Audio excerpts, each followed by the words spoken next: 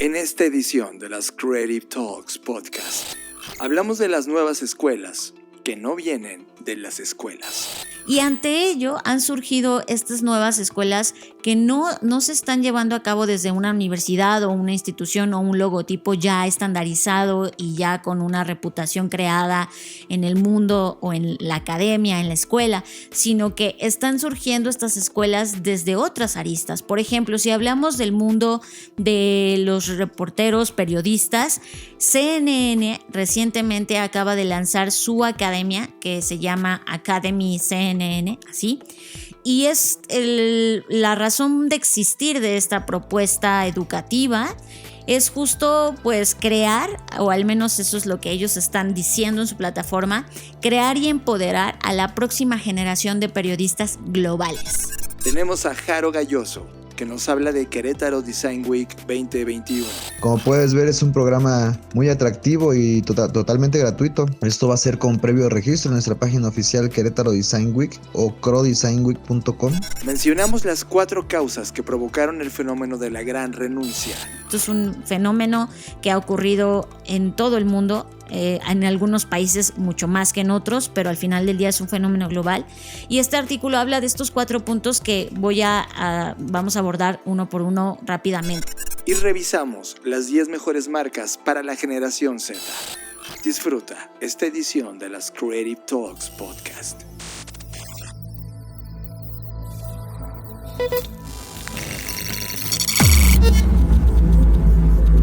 Black Creative Intelligence presenta.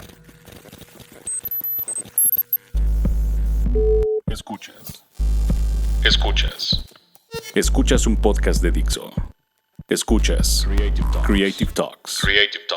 El podcast donde hablamos de creatividad, futuro, innovación, medios, disrupción y emprendimiento.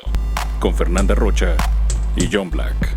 Por Dixo, la productora de podcast más importante de habla hispana. Por Dixo. Hola, ¿qué tal? Bienvenidos a Creative Talks Podcast, el podcast donde hablamos de creatividad, diseño, innovación, negocios y las escuelas que no vienen de las escuelas.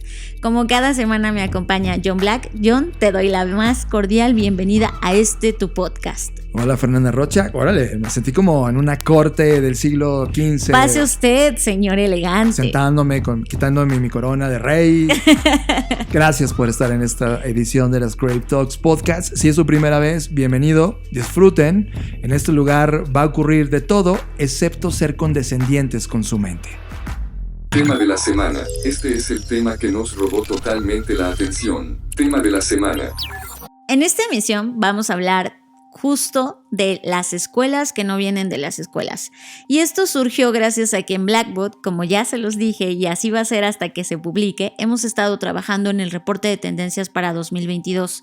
Y una de las cosas que vemos con mucha claridad, que ya empezó a ocurrir desde tiempo atrás y que obviamente ahora se está afianzando con el tema de la pandemia, es estas escuelas que no vienen de las escuelas. ¿Y a qué nos referimos con eso? Bueno, ustedes no lo saben porque no es un secreto para nadie, y si es un secreto a voces, que la escuela como formato, como lo que fue en algún momento, pues ya no funciona más, ¿no?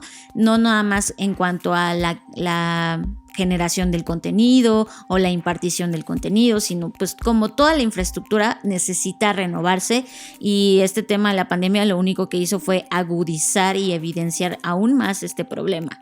Y ante ello han surgido estas nuevas escuelas que no se están llevando a cabo desde una universidad o una institución o un logotipo ya estandarizado y ya con una reputación creada en el mundo o en la academia, en la escuela, sino que están surgiendo estas escuelas desde otras aristas. Por ejemplo, si hablamos del mundo de los reporteros, periodistas, CNN recientemente acaba de lanzar su academia que se llama Academy CNN, así.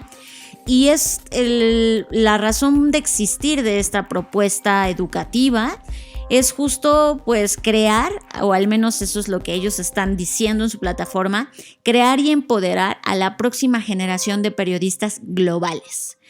Y esto es un fenómeno muy interesante, John.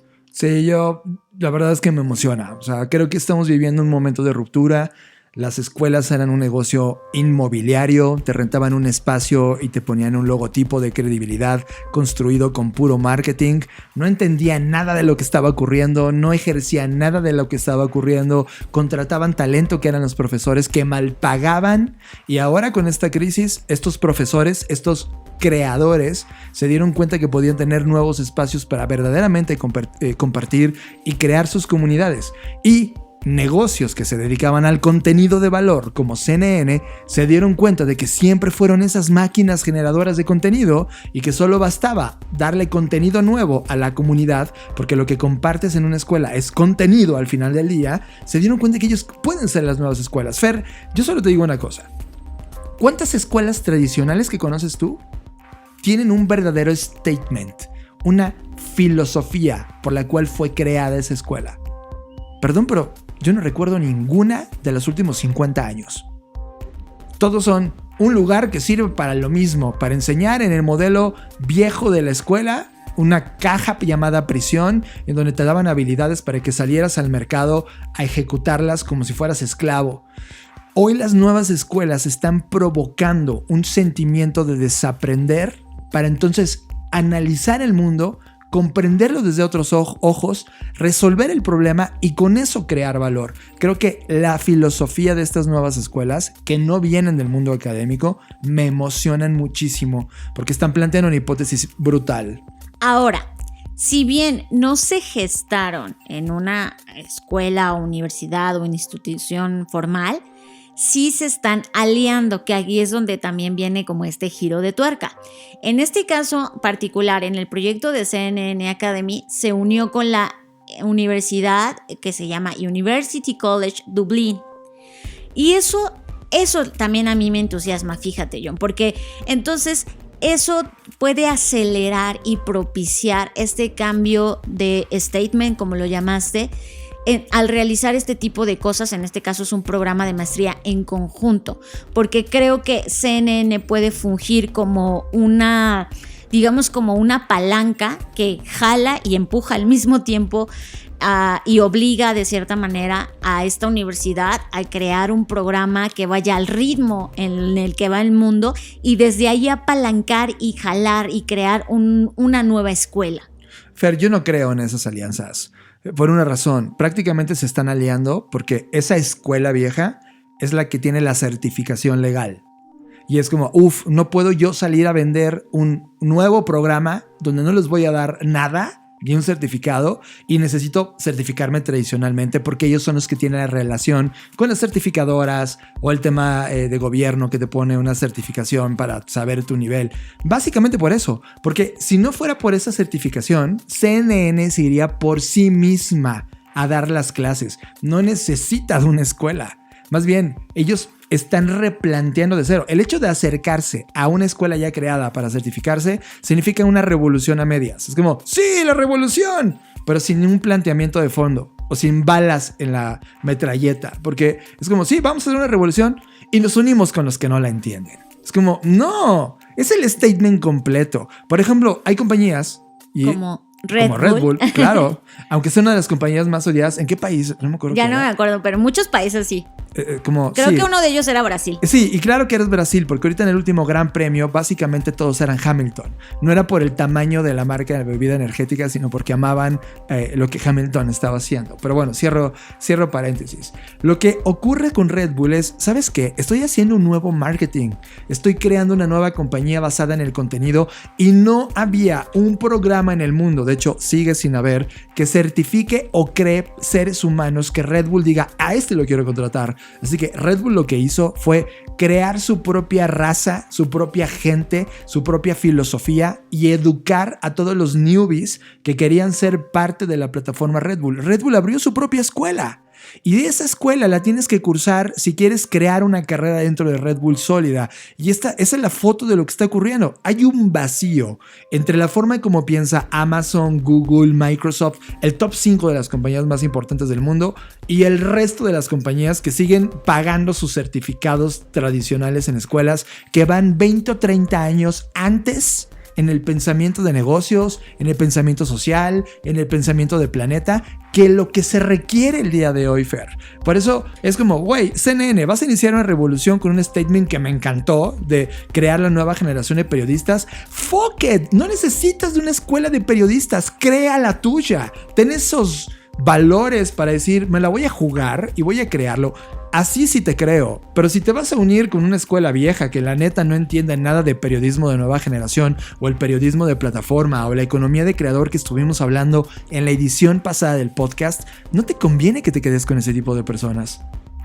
En eso estoy de acuerdo contigo. De hecho, Red Bull es un buen caso, no solo por lo que comentas, sino porque Red Bull ha hecho muchas academias. O sea, Red Bull tiene, por ejemplo, también Red Bull Music Academy, y que si bien trae talento, que son artistas ya de renombre, también lo mezcla con artistas de nueva generación y con mucha cosa experimental, ¿no? Que eso en la música es esencial y debería hacerlo en toda la práctica educativa. Y también tiene, por ejemplo, su academia de futbolistas, su academia de juegos de hockey. O sea, Red Bull se ha convertido desde su arista de creador de contenidos en un creador de contenidos también en esta parte educativa, y creo que eso es interesante desde esa perspectiva. Ahora, en otros ejemplos que también tenemos, que ya son más viejos, por ejemplo, tenemos lo que hizo la BBC. La BBC desde hace más de 10 años tiene su academia, y ellos sí están yendo por su cuenta. Si bien pueden traer talento también de otros lados, pues sí tienen su propia, digamos que su escuela y ya, ¿no? No tienen una alianza con nadie más. Y algo de lo que me llama la atención de la BBC, que si bien ya es un caso viejo, los nuevos temas que están planteando en su academia, que tienen que ver con jóvenes periodistas y también con crear diversidad, ¿no? Que creo que también eso es interesante, que abordan el periodismo, en este caso no solamente desde el punto solamente del periodismo, sino de ejes transversales que hoy afectan a todas las disciplinas, y eso también es muy interesante. Así que, bueno, el punto con todos estos, al final del día, ya sea con alianza, de manera independiente o en una diversidad total, pues tenemos nuevos tipos de escuelas, y eso me lleva al ejemplo final, que es una escuela que me encontré gratamente en esta búsqueda, que se llama Low Carbon Business School.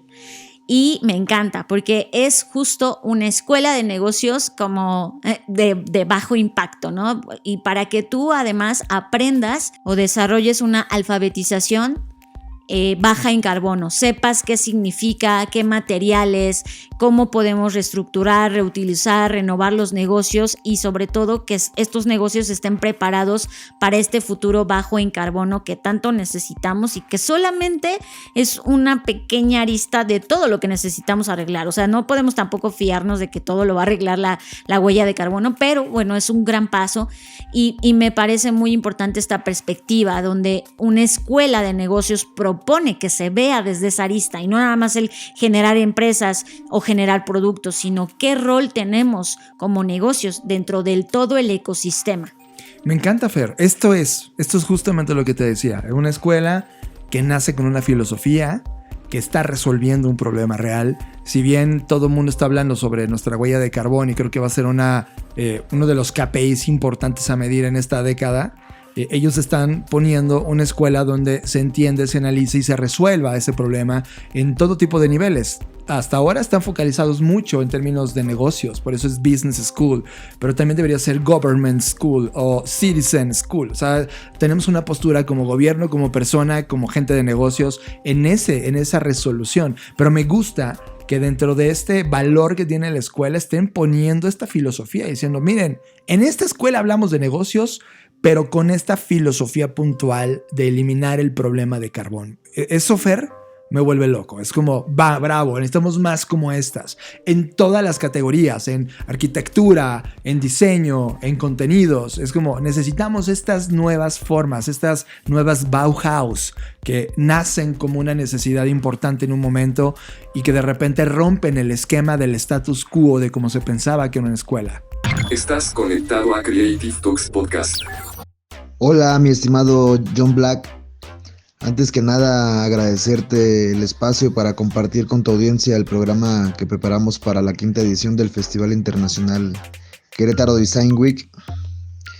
La Semana del Diseño se celebrará del 1 al 5 de diciembre con un programa híbrido, con eventos presenciales y virtuales, y España será nuestro país invitado, además de que tendremos la participación de los líderes de las industrias creativas de Querétaro.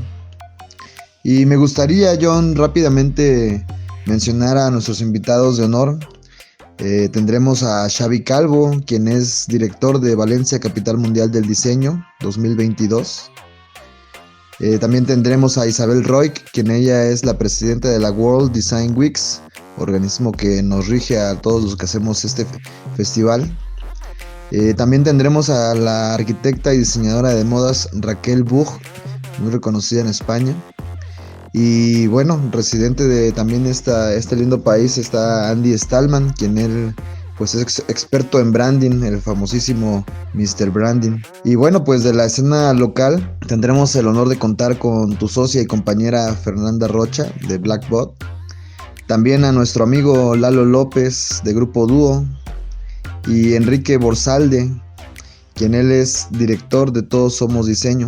Además de la participación también de la TD 2035 en representación del sector empresarial queretano. Pues la verdad todos ellos con gran trayectoria y renombre, mi estimado John. Y pues también no podíamos dejar las actividades presenciales, entonces pues vamos a tener la oportunidad de hacer un evento por día de manera privada y con todas las medidas sanitarias, iniciando por la pasarela Fashion Design Review el día miércoles 1 de diciembre. Después el jueves tendremos el Foro de Industrias Creativas de Querétaro.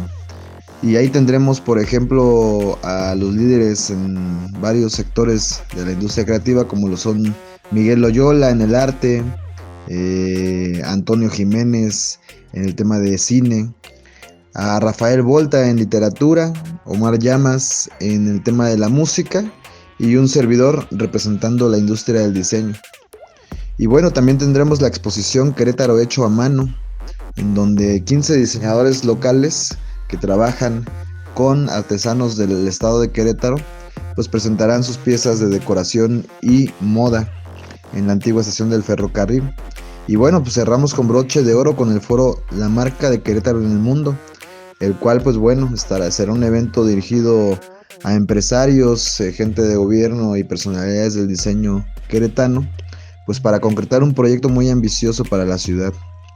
Bueno, pues un evento que está más enfocado a hacer un networking, ¿no? Y pues bueno, como puedes ver, es un programa muy atractivo y totalmente gratuito. Esto va a ser con previo registro en nuestra página oficial Querétaro Design Week o crodesignweek.com. Y bueno, pues la finalidad es apostarle al diseño y activar la economía creativa de nuestra bella ciudad. Así que pues no me queda más que invitarlos a la celebración de las industrias creativas y recordar que somos ciudad de diseño por la UNESCO. Los esperamos y espero que disfruten esta edición de Querétaro Design Week, que está pensado para todos aquellos que estamos en el mundo del diseño y también para premiarlo en la sociedad y sobre todo en las empresas locales. Estás conectado a Creative Talks Podcast. Y en sintonía con todo esto, John, tenemos un fenómeno que hemos estado también comentando en este podcast, que es esta gran renuncia, The Great Resignation, como se ha conocido a nivel global. Y la revista Fast Company lanzó un artículo que habla de 4 razones por las que se cree, y pues creo que yo también coincido con ellas, que se llevó o de las cuales derivó este fenómeno de la gran renuncia. Si no has escuchado el episodio donde hablamos de ello, este fenómeno de la gran renuncia prácticamente es que muchísima gente, es un récord de 4.4 millones de empleados, renunciaron a sus trabajos en septiembre de este año. Esto ha superado pues récords anteriores que se han tenido no solo en otros meses de este año, sino en otras épocas del mundo, y eso pues obviamente ya es innegable. Esto es un fenómeno que ha ocurrido en todo el mundo en algunos países mucho más que en otros, pero al final del día es un fenómeno global. Y este artículo habla de estos 4 puntos que vamos a abordar uno por uno rápidamente. El primero, obviamente, es la pandemia, ¿no? Si bien en este caso más del 55% de la población en Estados Unidos estaba completamente vacunada a finales ya de septiembre de este año, la cantidad de casos pues sigue continuando, sigue aumentando gracias a las nuevas variantes. Y bueno, eso ha hecho que pues todo el tema de salud, de seguridad, desanimen a las personas a pues a seguir en lo que están, ¿no? O sea, como que esto nos replantea muchas cosas y bueno, muchos dijeron, ¿sabes qué? Ya, bye, ya no quiero vivir esta vida o este trabajo no me satisface, etc. Entonces, la primera razón es la más obvia, es la pandemia. La segunda razón es los efectos secundarios que eso trae consigo. Por ejemplo, el cuidado infantil, el cuidado familiar. Y ustedes dirían, ¿y eso qué tiene que ver? Bueno, pues el número de casos que está en constante cambio y aumento, me refiero a casos de COVID, pues ha hecho que, por ejemplo, si tú tienes hijos y ahora te toca cuidarlos, pero tienes que trabajar, pero ahora tienes que trabajar el triple porque estás conectado y entonces no puedes atender a tus hijos y entonces en lugar de pasar tiempo con ellos estás todo el día en la computadora, ellos también están en la computadora, total que la situación familiar se modifica, las dinámicas familiares se modifican y eso hace que la gente también se replantee de decir, a ver, no, ¿qué es más importante? ¿Mis hijos o mi trabajo? No, pues mis hijos, o sea, si bien estoy trabajando para poder alimentarlos a ellos, tampoco puedo dejar de atenderlos porque eso es más importante. Entonces puedo buscar otro trabajo, puedo buscar otras opciones, pero no puedo buscar otros hijos, ¿no? Entonces eso es algo que también ha afectado y ha incidido en que las personas tomen esta decisión. Creo que, Fer, ese es un rasgo importante porque las personas están decidiendo después de este parón qué es lo importante de sus vidas. Y una de las cosas importantes es las personas que amas, no el trabajo que te está quitando la vida, ¿no? Y creo que eso fue, yo creo que de estos dos que hemos hablado, pandemia y el efecto secundario de la familia es tremendamente importante. Ahora, el tercer punto, que este es el que a mí en lo personal más me entusiasma, y es el despertar existencial.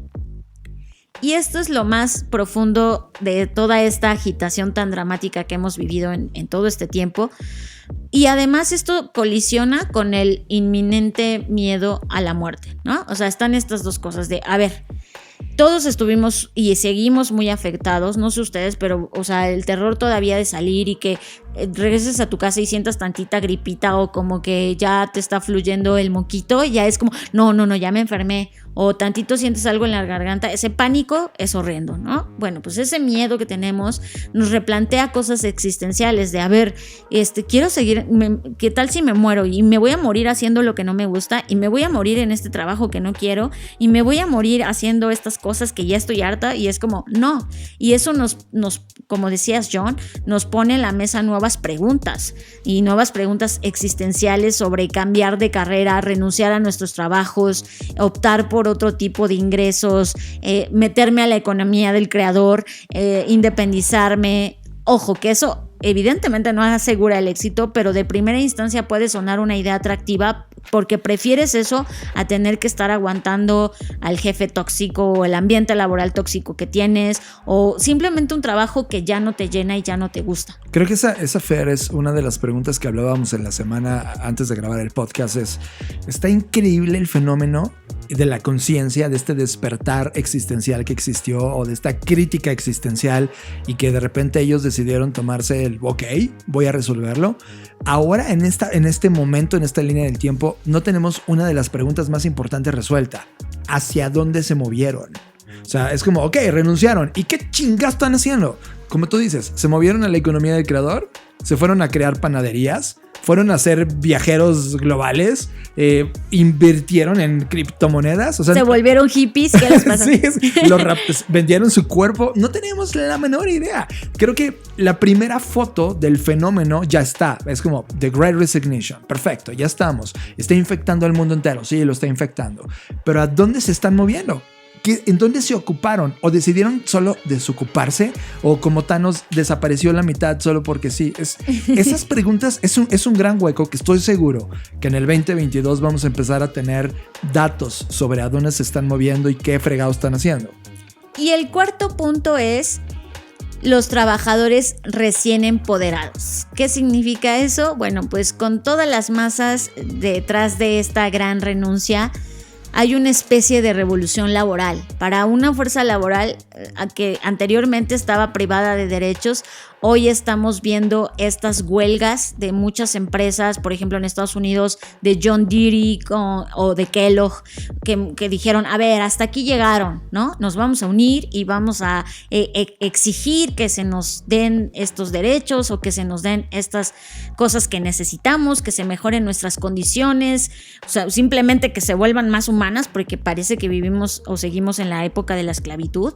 Entonces, y además de exigir otras cosas, por ejemplo, préstamos estudiantiles, guardería gratuita, o sea, otras prestaciones y bonificaciones que la gente necesita y dice, pues necesito esto si quieres que siga chambeando para ti, porque estas son mis necesidades y las tienes que cubrir, ¿no? Y eso también me gusta. O sea, estas revoluciones que están ocurriendo creo que también son válidas porque ya basta de que hacer las cosas de cierta manera y de que las cosas sigan siendo igual. Que lo platicábamos en este podcast en algún momento cuando decíamos que esto era muy parecido a lo que vivió la Revolución Francesa, cuando justamente hablaban de esta redefinición del trabajo. Creo que ahora el trabajo, no las horas trabajadas, sino qué significa trabajar, bajo qué condiciones, se me hace una conversación de lo más sana, natural, necesaria, pero que había sido disfrazada, Fer, como tú lo dijiste, con futbolitos en las o salas cómodas. Con pizzas y cerveza. Exacto, y es como, se acabó, suena ridículo. O sea, cuando hoy hablamos a distancia de ese mundo y nos pareció de lo más normal, hoy cuando lo verbalizamos nos parece ridículo, totalmente ridículo, y tiene que ver con este empoderamiento, porque mientras más acceso a información tenemos, mientras más datos tenemos sobre lo que puede ser, pues ya queremos eso, queremos llegar a ese poder ser en nuestra vida real, y las compañías necesitan entender este nuevo paradigma. Pero desafortunadamente, John, por un lado estamos viendo este fenómeno, lo cual aplaudo. Siempre voy a estar a favor de mejores condiciones de trabajo, de menos condiciones de esclavitud, de menos precariedad laboral. Siempre voy a aportar a eso, o sea, es como yo estoy a favor de esto. Pero por otro lado, y esto tenemos que hacerlo evidente también, y esto no es un fenómeno que está en Fast Company, ya me estoy saliendo de ahí, aquí ya acaban los 4 puntos y abro espacio por una nueva cosa, pero la quiero ligar porque está totalmente relacionada, y es, no ha habido realmente, y no sé si habrá, un cambio real, estructural en las empresas gracias a la pandemia. Y eso es muy triste, porque yo y creo que muchas personas teníamos la esperanza de decir, bueno, si es un evento horrible, si esto que nos está pasando es de las peores cosas que le ha pasado a la humanidad, muchos perdimos a personas, muchos perdimos muchas cosas, hay muchos duelos no hablados, sí. y eso también deberíamos crear un espacio para hacerlo, sí. Pero más allá de todo eso, que ya de por sí es malo, lo más triste es que muchas empresas no cambiaron. Siguen haciendo las mismas cosas, están ensimismados en pensar que con solo decir badabim, badabum y algunas palabritas ya se van a convertir automáticamente en empresas innovadoras, y eso es algo que ya no puede seguir pasando. Entonces, ante esa frustración, ya saben que aquí siempre convertimos todas nuestras frustraciones, enojos y en acciones, y muchas veces en textos y en otras cosas que nos permitan desahogar este sentimiento, y entonces a través de eso me di a la tarea de escribir una pequeña crónica, una crónica de hecho muy resumida de la pandemia en el mundo empresarial. Y la quiero compartir con ustedes porque si bien ya la escribí en mis redes sociales, pues no todos me siguen, y además creo que dejar evidencia de esto en audio es todavía mucho más relevante que dejarla solamente en texto, así que ahí les va. Estás escuchando Creative Talks Podcast. 1, que sería en este caso la primera reacción.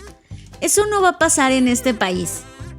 2, bueno, les daremos chance unos días de que se vayan a su casa a trabajar y contaremos al mundo que expandimos nuestras oficinas, aunque no te paguemos el internet o al menos te demos una silla y ni qué decir de una buena computadora. 3.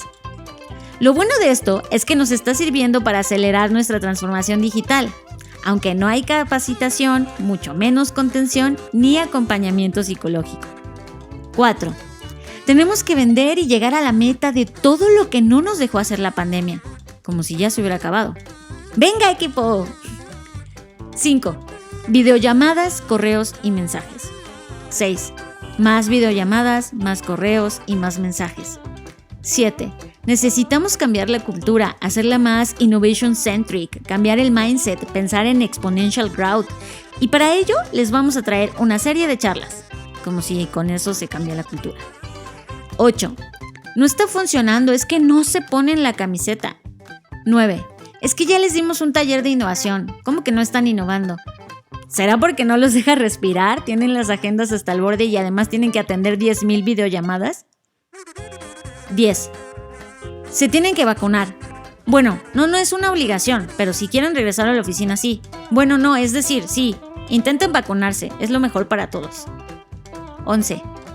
Ya vamos a regresar a la oficina, lo haremos en modo híbrido, es decir, regresaremos a la oficina para que estés conectado a videollamadas como estabas en tu casa. 12. Ya casi es fin de año, que no decaiga el ánimo, hay que aprovechar que los proyectos están despertando, vamos a tener que dar un doble esfuerzo.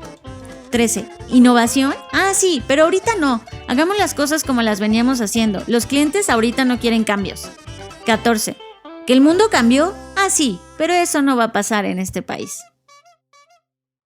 Fer, cuando leí tu texto y cuando me lo comentaste, solo sentí tristeza ajena. Esta es la foto de cómo las compañías lograron entender esto. La triste síntesis de lo que van a comprender o van a obtener como un suero de conocimiento que es nada.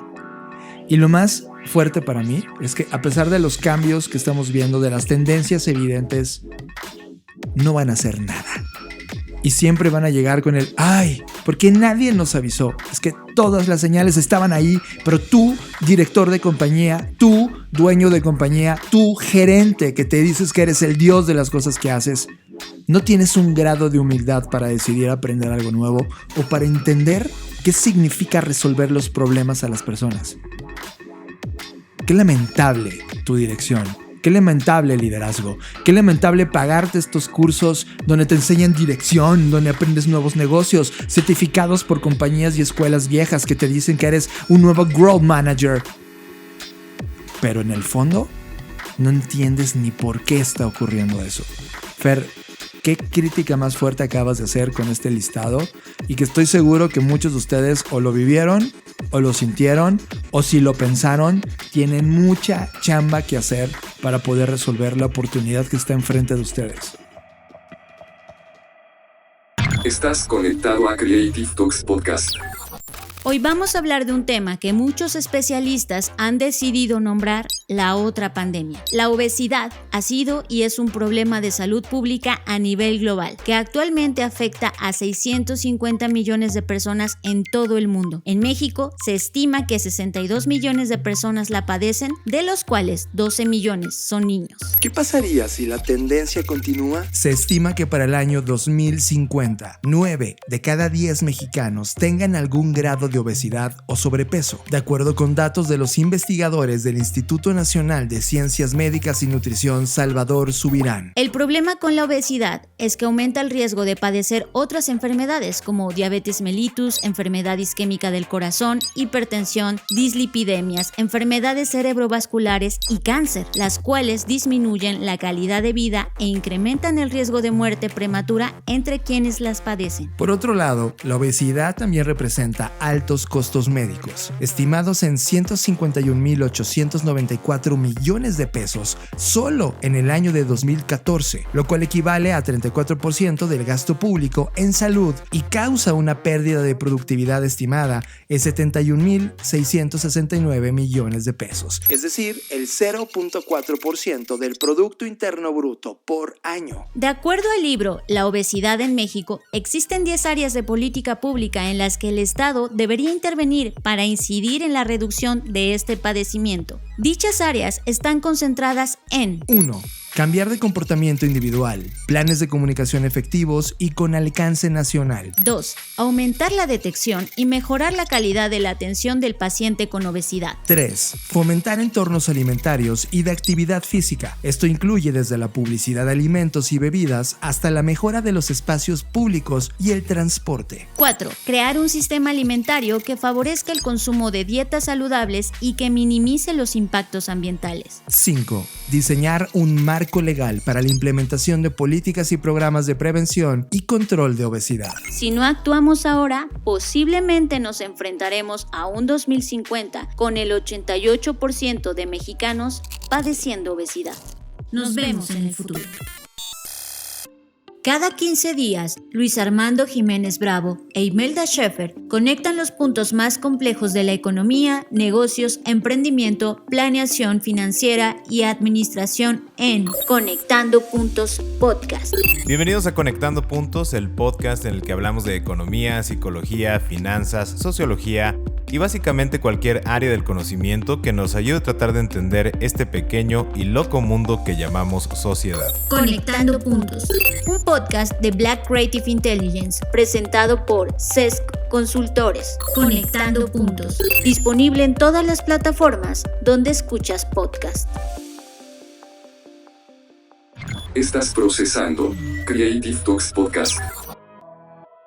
Fer, y en temas de cambios y en temas de nuevas generaciones que están empezando a mover los mercados, hubo en una plataforma que se llama Comparable.com y fue un estudio que hicieron entre noviembre del 2020 y noviembre del 2021, es decir, hace unos días en esta línea del tiempo se cerró, en donde le preguntaron a toda una generación completa, la generación Z, cómo era su identificación con las marcas o las mejores marcas con las que ellos están relacionados.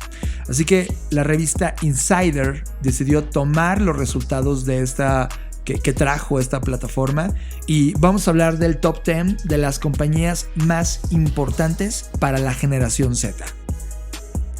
En primer lugar tenemos a Google. Esto no es sorpresa para nadie, pues ya sabemos qué es Google y sabemos para qué funciona y cómo está metida en un montón de servicios de computación en la nube, de software, de hardware, no solamente de correo de búsqueda, sino está en un montón de cosas. Y creo que también lo que trajo Google es que abrió la posibilidad de tener un smartphone con una plataforma no tan costosa como lo es el iOS. Entonces Google lo mete mucho en su ecosistema y creo que sí, logro entender que para la generación Z Google sea una plataforma tan importante para ellos. Número 2, Apple. O sea, por un lado está Google y en segundo lugar está esta compañía de la que ya se ha hablado mucho y que ya sabemos que comercializa todo tipo de productos electrónicos, computadoras personales, software, etc. Y creo que también tiene que ver, pues creo yo, con la economía del creador, ¿no? Y no es casualidad que estas dos compañías tecnológicas estén en los primeros lugares de este listado. Sí, creo que estas dos compañías hace 20 años marcaron toda una revolución en el foco centrado en el usuario y ahora esto ha evolucionado y con ello trajo consigo conversaciones como la importancia del diseño. Ambas compañías, por ejemplo Google, hace 5 años comenzó una transformación de diseño importantísima, creó toda una filosofía alrededor de ello que fue inspirada en Apple. Entonces ver a Apple en la posición 2 por debajo de Google habla muy claro que esta generación Z es tecnológica, valora el diseño, valora la tecnología como herramienta y son dos compañías absolutamente relevantes para ellos. En tercer lugar está Amazon y bueno, aquí pues está todo tipo de productos y además Amazon sabemos que no nada más está en el comercio electrónico, sino está en un montón de cosas y además creo que aquí en particular ha tenido, al menos en Estados Unidos, que es de donde está toda esta data, mucha incidencia en el tema de creadores de contenido y vender a través de su plataforma y creo que desde ahí es donde está enganchando a las nuevas generaciones. Creo que Amazon se convirtió en la tienda más importante para todos ellos.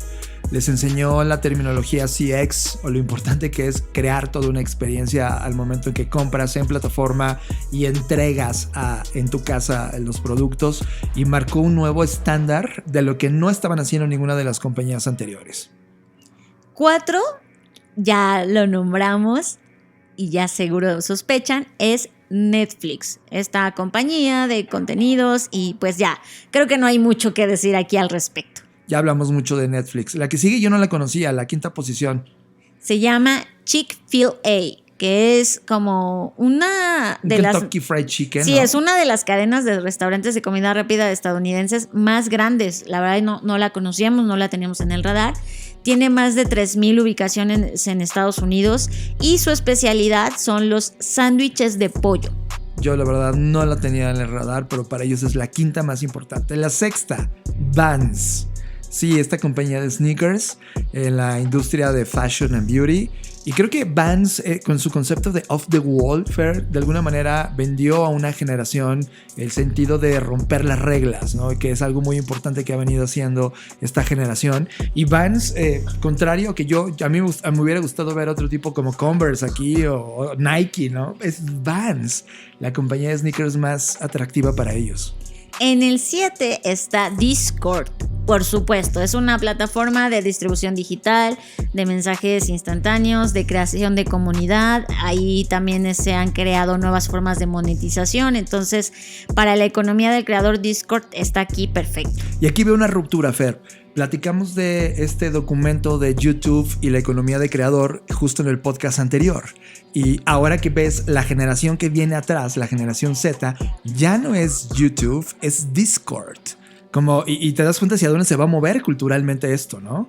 Bueno, al menos sí, para quienes se sometieron a este reporte, sobre todo que están en Estados Unidos, pero sí es una gran señal. Ahí hay un trend importante generacional, un pase de estafeta. No es que se haya acabado la generación de contenido, sino que ahora ocurre probablemente en otra plataforma. En el 8 está Sony PlayStation, porque Sony tiene muchas divisiones, pero aquí en particular a Sony PlayStation lo calificaron en el número 8. Pues sí, es una marca global de videojuegos, ya lo sabemos, y ha habido muchas cosas alrededor de los videojuegos y no me extraña que la generación Z se sienta afín a esta marca. La novena, Spotify. Fer, creo que la revolución del audio y el acceso a la música en streaming cambió toda una generación y esta generación lo ve con muy buenos ojos. Y no solo el acceso, John, sino también la creación. O sea, si te das cuenta, casi todas las plataformas se enlazan perfectamente con la economía del creador, que es donde está metido mucho de esta gente de esta generación Z. A mí con el dato que me quedo es que Spotify ya logró tener 365 millones de usuarios activos, de los cuales 165 millones son usuarios de suscripción paga. O sea, una tercera parte de todos los usuarios de Spotify pagan el servicio. Antes tú, cuando montabas una plataforma, vivías con el 8%. Ahora estás viviendo con el 22.3%, es decir, ya subió el índice, no, el 33.3%. Es muy alto, Fer. O sea, lo que está enseñándonos Spotify es que está lista esta generación para pagar por un servicio y meterse de lleno a la economía de creador. Y finalmente, porque hasta aquí nos vamos a quedar, aunque el listado es más largo, la número 10, que es esta marca que tú querías ver, John, que es Nike. Más arriba, ¿no? No en la 10ª posición. Está en la 10ª posición. Sí. Está Nike y bueno, es esta marca, ya sabemos que está entrando en un montón de cosas, incluso en los metaversos, y bueno, se entiende porque además Nike ha tenido mucha incidencia en plataformas de videojuegos como Fortnite y ha hecho muchísimas cosas para resaltar los statements de las nuevas generaciones, tanto en economía circular, en productos suaves con el ambiente. Entonces hay muchas cosas por las que me hace sentido que esta marca esté aquí. Y un statement que volvió a recuperar, Fer, porque se dio cuenta de los grandes errores que estaba haciendo Nike con su producción masiva de sneakers, y de repente regresó a entender qué significaba crear sneakers y apoyar movimientos como el movimiento feminista o Black Lives Matter. Se ha unido en un statement importante respecto a la cultura de Estados Unidos. Y voy a romper la regla porque en el lugar 11 está Roblox, y yo espero que Roblox sea una tendencia emergente, porque justamente tú mencionabas Fortnite, pero justo en los metaversos iniciales, que esto todavía no es el metaverso en su máxima expresión, Roblox permitió enseñar el potencial de lo que podía crear una comunidad virtual en la economía de red, y Roblox está ahí, Fer. Ahora, tienen que saber que este reporte no está hecho con una gran metodología o una... Me refiero a otros reportes que hemos hablado en este podcast. No le estoy quitando el valor, bueno, un poco sí, pero quiero que sepan que esto se hizo a través del Net Promoter Score, que es el NPS. Nada más que aquí cambiaron la escala. En lugar de calificar del 1 al 10 de qué tan buena relación sientes con esta empresa o qué tanta satisfacción sientes con esta empresa, que esa fue la pregunta, en lugar de poner del 1 al 10, calificaron de menos 100 a 100. Y algo que me llama la atención sobre eso mismo es que ninguna obtuvo 100. O sea, también hay que ver que las nuevas generaciones, así como que digas, ay, qué satisfechas están con las marcas. No, la más alta, que es la que mencionamos al inicio, que fue Google, obtuvo 64 puntos. Entonces, también ahí es interesante. Digo, esta es una forma de hacer un reporte. No tiene una metodología tan robusta como el que habíamos hablado hace unos episodios de Interbrands, pero bueno, ahí está. Y tampoco podemos hacer caso omiso de esta perspectiva según la generación Z. Radar. Hemos activado el radar de tendencias de la Black Creative Intelligence y te traemos la tendencia que más nos llamó la atención. Radar. John, tengo un sentimiento de hartazgo porque cada año pasa lo mismo. Empiezan a salir estos reportes de tendencias y ustedes van a decir, pero ¿por qué hartazgo, Fer? Si tú también estás haciendo un reporte. Sí, ya sé. Pero porque cada año se reporta que tanto en temas de marketing como de customer experience, no, ahora sí la tendencia ya está y tú dices, venga, qué emoción, o sea, va a cambiar la cosa.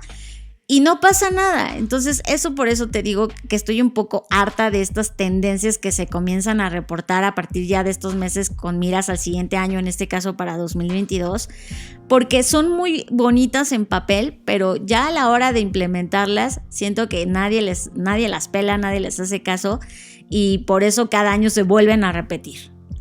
Coincido contigo, Fer, pero una vez más vuelvo a decir, los humanos son unos tontos que no logran entender nada.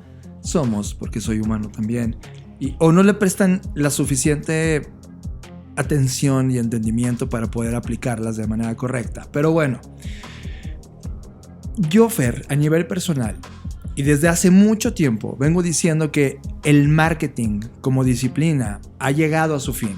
Y me refiero a su fin de ya no puede dar más. Hay quien lo sigue usando porque hay quien sigue usando Atari. Y hay gente que va a seguir diciendo que Atari es la mejor consola de todos los tiempos y va a morir con ese ideal. Y por eso hoy los grandes viejos directores de las agencias de marketing piensan eso de su industria.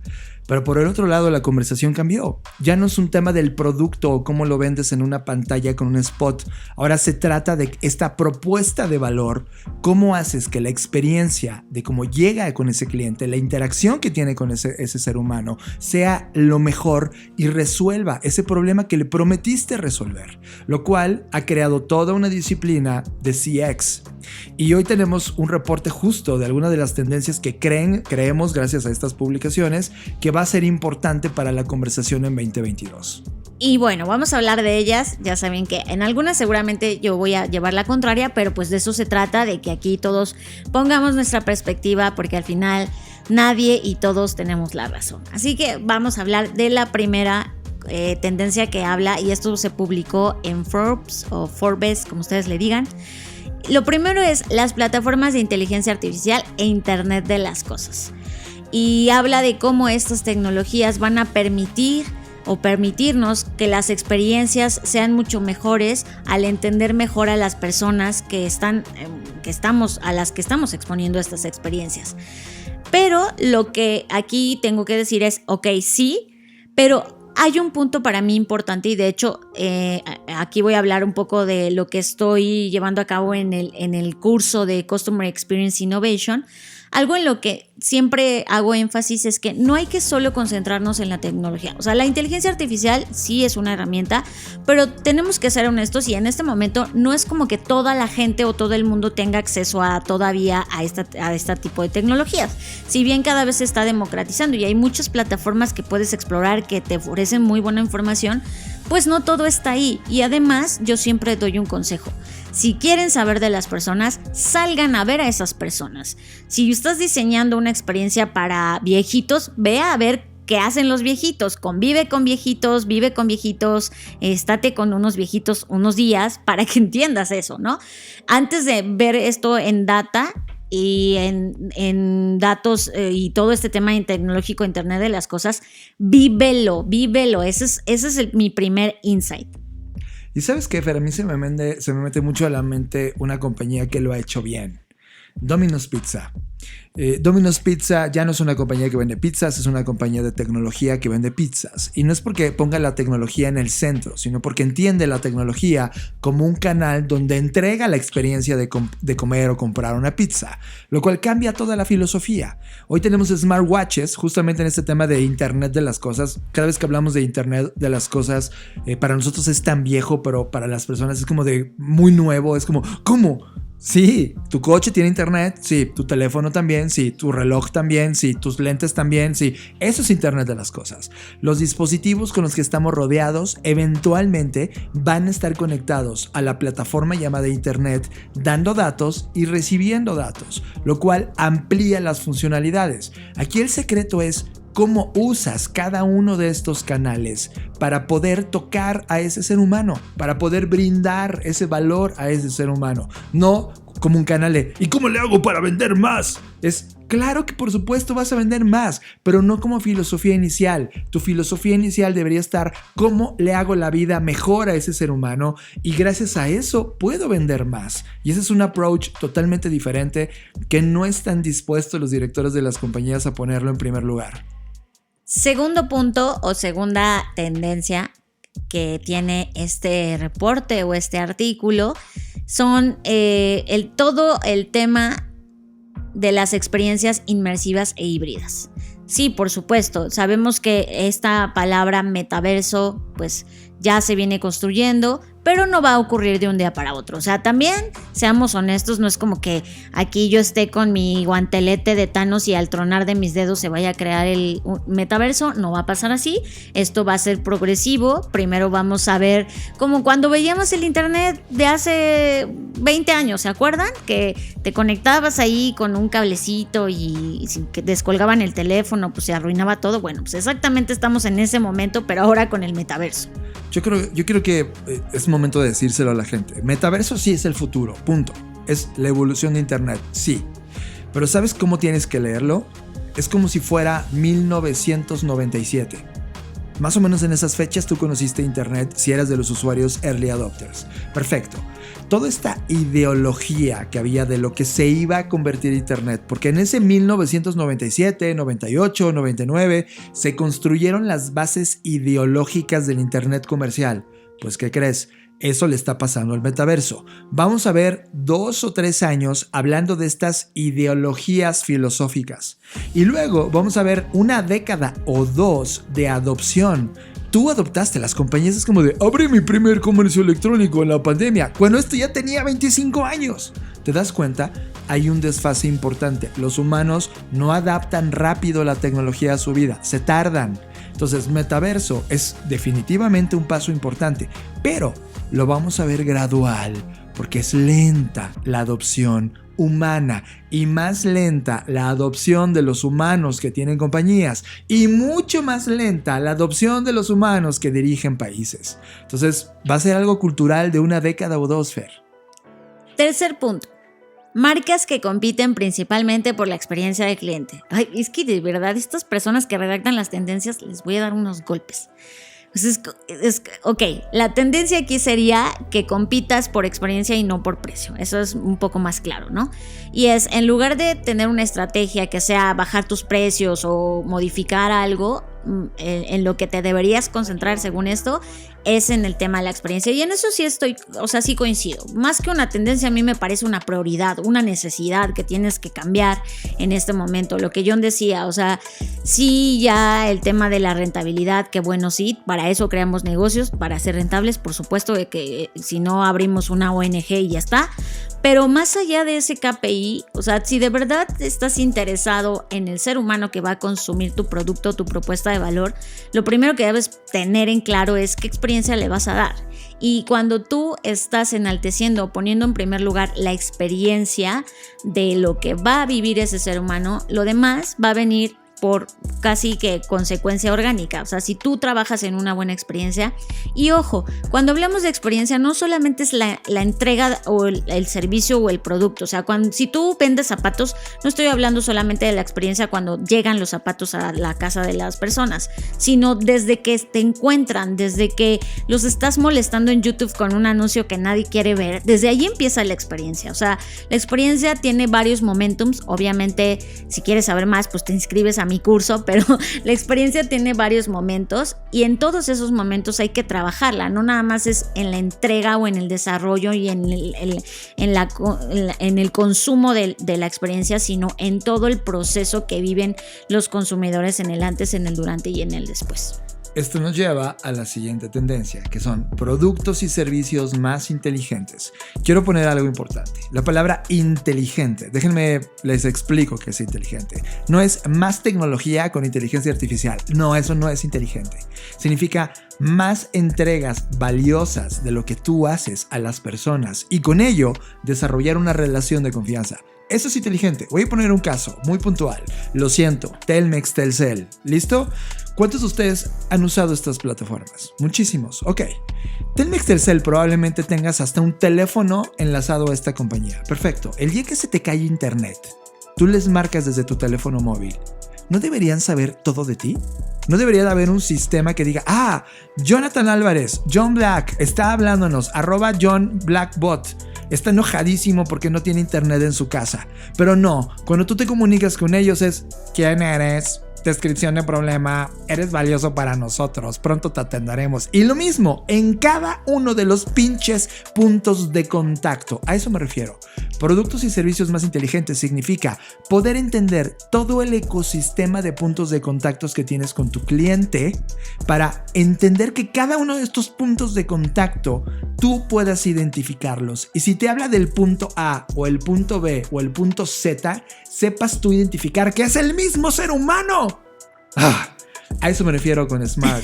Pero queda muy claro que en esa entrega de los productos y servicios no han conectado estos puntos. Tú lo estás viendo con Telcel, Telmex. Ahora hazlo con cualquier otra compañía, con tu banco, con cualquier otra compañía que se supone debiera conocerte porque ya tiene tus datos. A eso me refiero con inteligente. Claramente quien no lo está conectando así está dejando ir una gran oportunidad porque la gente, al momento que ya se da cuenta que otras plataformas ya lo hacen, ya están conectadas y da igual si estás viéndolo en tu iPad o en tu teléfono o en tu pantalla de tu casa, sabe Netflix que eres un usuario y que está usándolo en algún punto y todo se comunica en un solo lugar. Eso me refiero con una entrega de productos y servicios inteligentes.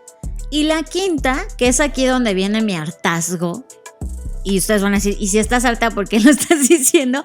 Bueno, porque también me corresponde señalar qué está pasando en el mundo y allá afuera se están reportando estas tendencias. Entonces, una cosa es lo que se reporta y otra cosa es lo que nosotros vamos a reportar, pero al final del día tú tienes como podescucha el beneficio de escuchar el contraste y hacer tus propias conclusiones.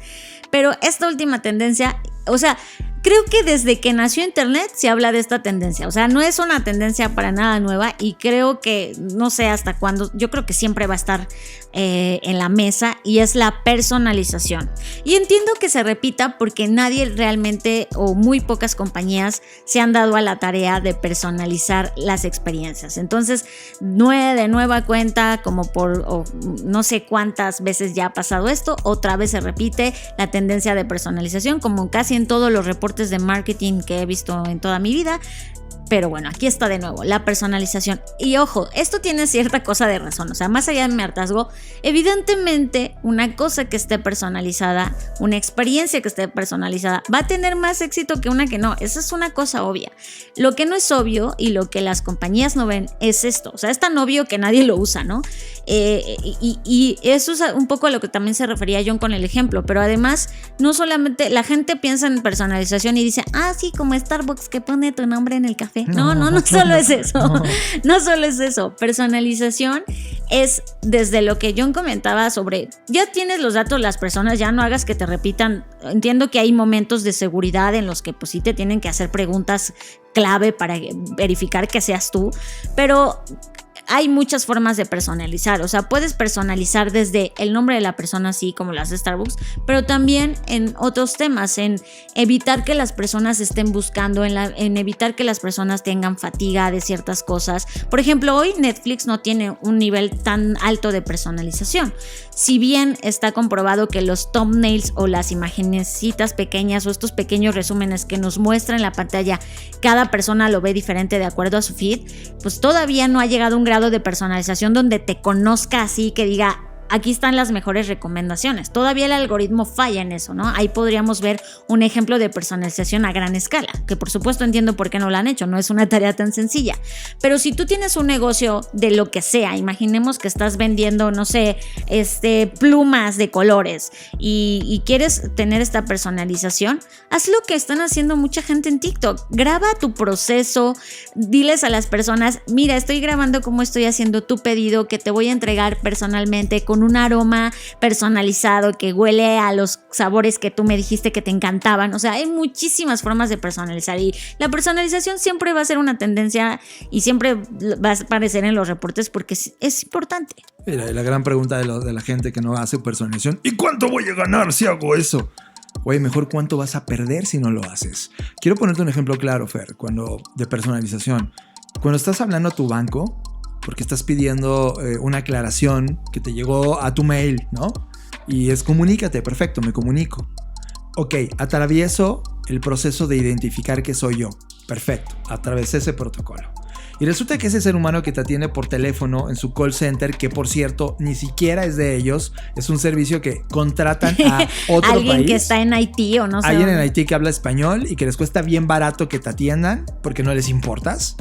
Y una vez que ya dieron ese statement como compañía, dicen, ay, eso es del departamento, nombre del departamento que según lo va a resolver, y te van a enlazar.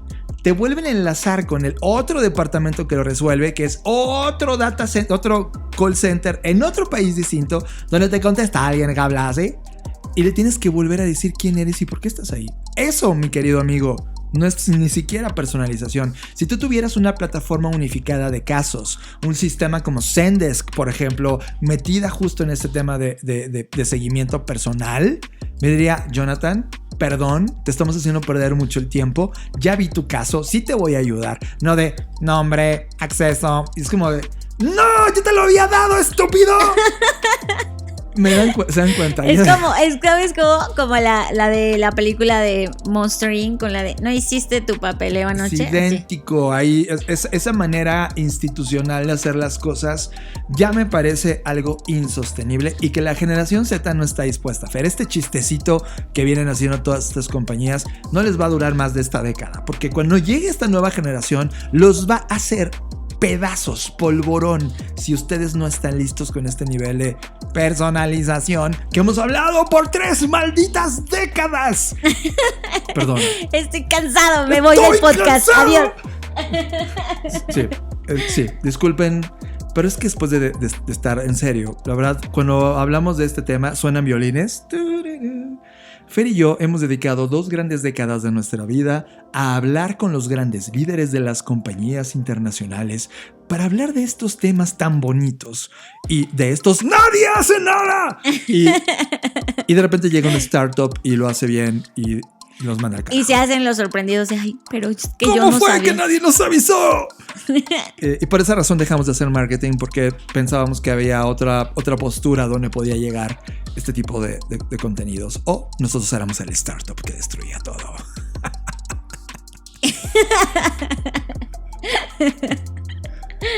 Ok. Estás escuchando Creative Talks Podcast. Bueno, después de esta revelación de John y su lado malvado, pues se nos ha acabado el tiempo. Fue tan apasionante que se nos fue de nueva cuenta como el agua, así que pues ya está, hemos llegado al final. Recuerden que vamos a este es el último podcast Y ojo, advierto, porque siempre que digo es el último podcast de la temporada, la gente como que le da un infarto de ¿qué? ¿Ya se va? No, tranquilos, aquí vamos a estar. Pero me refiero a que ya vamos a comenzar a partir del siguiente episodio con nuestro ya muy querido y famoso y renombrado sesiones o podcast de resumen o de recuento. Lo mejor de lo mejor. Lo mejor de lo mejor. Del 2021. Grandioso año que todos recordaremos en el corazón. Exacto, entonces... O en los pulmones. No es cierto. Vamos a tener este recuento tanto de libros como de películas, como de series. Así que ya, venos mandando, a ver, chico, chica, venos mandando tu listado de tus 10 películas favoritas, de tus 10 libros favoritos, de tus 10 series favoritas, de todo lo favorito que hayas tenido en este año. Vamos a empezar a utilizar nuestras redes sociales para hacerles esas preguntas. Recuerden que esas respuestas nosotros vamos a hablarlas, las vamos a discutir y nosotros vamos a darle nuestros listados de lo mejor que ocurrió en el año en todas esas categorías. Fer, van a hacer una serie de podcasts cortos porque hay dos cosas que ya tienes que saber de cierto. Ciertamente este es el último podcast que vas a escuchar con esta dinámica. Es decir, va a haber cambios, va a haber nuevas cosas. Y aquí suena tun, tun, tun. Este es el último podcast. Atención, este es el último podcast que vas a escuchar con esta dinámica. Y la razón es que ya nos aburrimos. Fernanda Rocha y yo necesitamos constantemente estar probando cosas nuevas, jugar con nuevos formatos, jugar con nuevas narrativas. Y esto le va a pasar a las Creative Talks Podcast. Va a tener nuevas secciones, vamos a jugar con nuevas cosas, vamos a dedicar más tiempo a cosas que funcionaron evidentemente. Y también a lo que tú nos digas. Llegó la hora de revelarte. También llegó el momento de escuchar y decir qué te cagó de todo lo que escuchaste en esta temporada, qué cosas te gustaría escuchar más.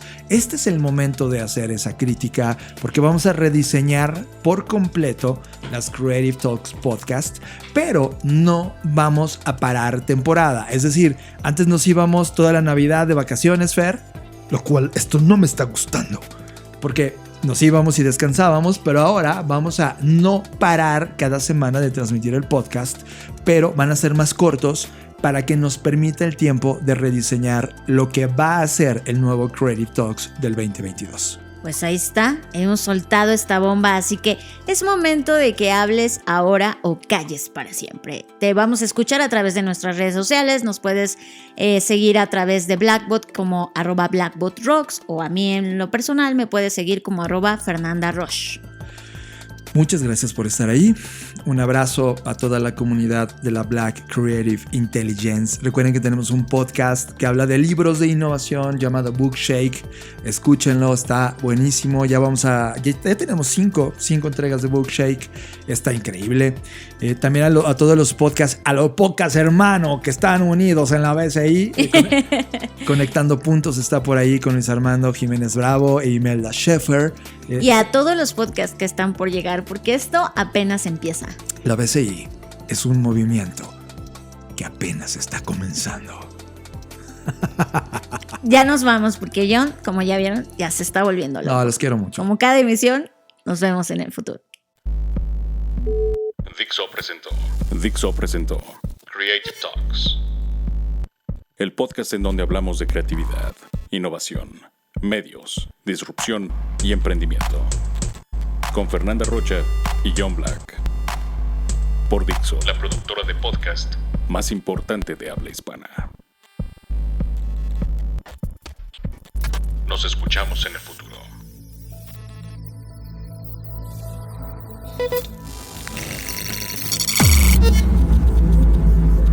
Black Creative Intelligence presenta